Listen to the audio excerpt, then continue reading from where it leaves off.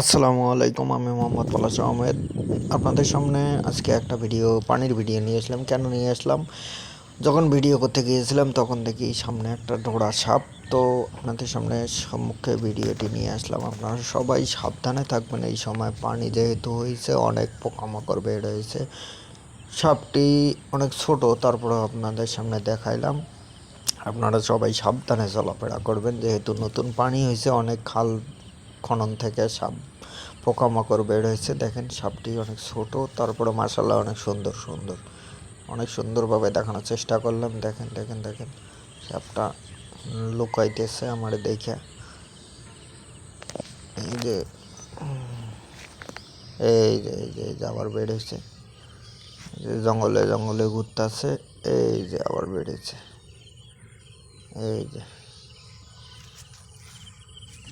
এই দিক দিয়ে আবার সামনে যাওয়ার চেষ্টা করলাম। এই যে লুকাইতেছে, এই যে এক জায়গায় এবার দাঁড়াইব।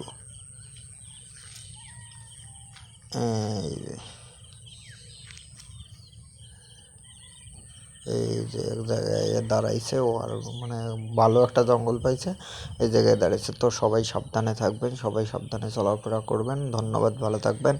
আবারও আসসালামু আলাইকুম। আপনাদের এলাকায় কেমন কেমন পানি হয়েছে একটু কমেন্টস করে জানাবেন।